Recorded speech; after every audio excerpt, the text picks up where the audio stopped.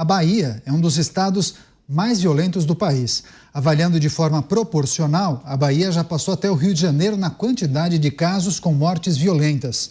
Agora, a Secretaria de Segurança Pública da Bahia quer que o Brasil tenha uma metodologia única, um método que contabilize também os homicídios ocultos, que são aqueles casos em que muitas vezes acabam sendo arquivados ou classificados como em investigação.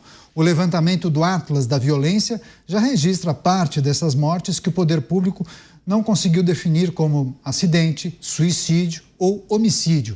Foram mais de 130 mil casos analisados entre 2012 e 2022.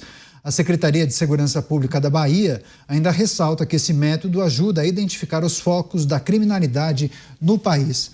Mota, você costuma trazer recortes e análises importantes acerca desses índices, esses relatórios, esses estudos que apontam taxa de homicídios, ou então a verificação de que uma região é mais violenta do que outra, enfim, o que a gente precisa considerar sobre esse desejo do estado da Bahia, que quer unificar essa pesquisa para identificar as mortes, não somente no estado da Bahia, mas também em todo o país?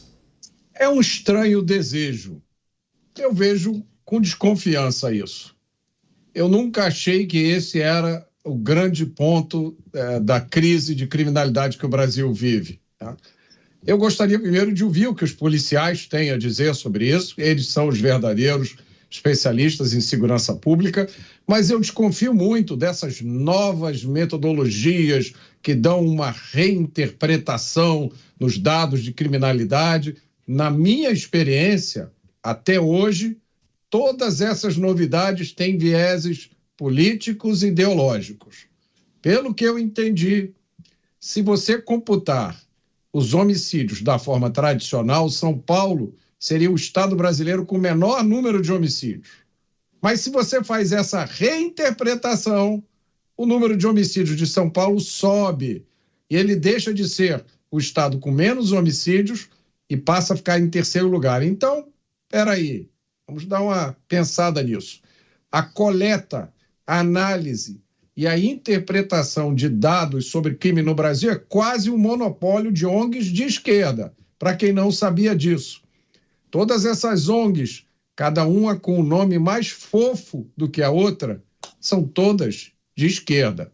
Elas recebem dinheiro, quase todas, de fora, principalmente da Fundação Open Society Foundations, do bilionário George Soros, que trabalha no mundo inteiro, inclusive nos Estados Unidos, para tornar a justiça criminal cada vez mais leniente. O grande problema dos dados sobre homicídio, a última vez que eu participei de uma discussão sobre isso, é que eles não vêm, geralmente, com granularidade suficiente para você saber as causas de cada tipo de crime. Então, por exemplo, tem um homicídio que é causado por briga entre facções. E aí o remédio que você vai aplicar é um. Tem um homicídio que é causado por pessoas que ficam até tarde nos bares, bebendo, enche a cara, briga e se desentende. O remédio é outro. Perfeito. Tem um homicídio que é causado por violência familiar. O remédio é outro. Então, quando você diz homicídio e você não tem a capacidade de subdividir isso em várias classificações, você não sabe como agir. Agora, essa mágica de aumentar o número de homicídios contabilizando, pelo que eu entendi, com o uso de inteligência artificial e um algoritmo, você aí estima... Cara, desculpa, eu já vi muita coisa para acreditar nisso aí.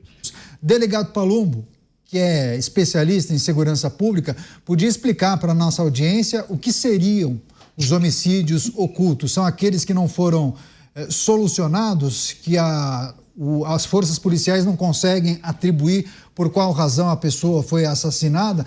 Por essa razão aparecem muitas vezes homicídios ocultos. E se você junta o número de homicídios ocultos aos homicídios que já foram identificados, isso não pode causar, inclusive, uma dificuldade na hora de você empregar uma solução ou dar um diagnóstico? Olha, isso aí vindo da Bahia é para atender os anseios do governo federal, que quer fazer o SUS da segurança pública, colocando a Polícia Federal inclusive mandando na Polícia Civil, Militar, Científica, Penal, GCM. Isso é absurdo, isso não vai dar certo, isso é uma tragédia anunciada. Isso não vai dar certo em hipótese nenhuma. Homicídios ocultos. Quando a pessoa vai fazer um boletim de ocorrência de uma morte a esclarecer, ela não entra como se fosse um homicídio. E muitas vezes ela morreu.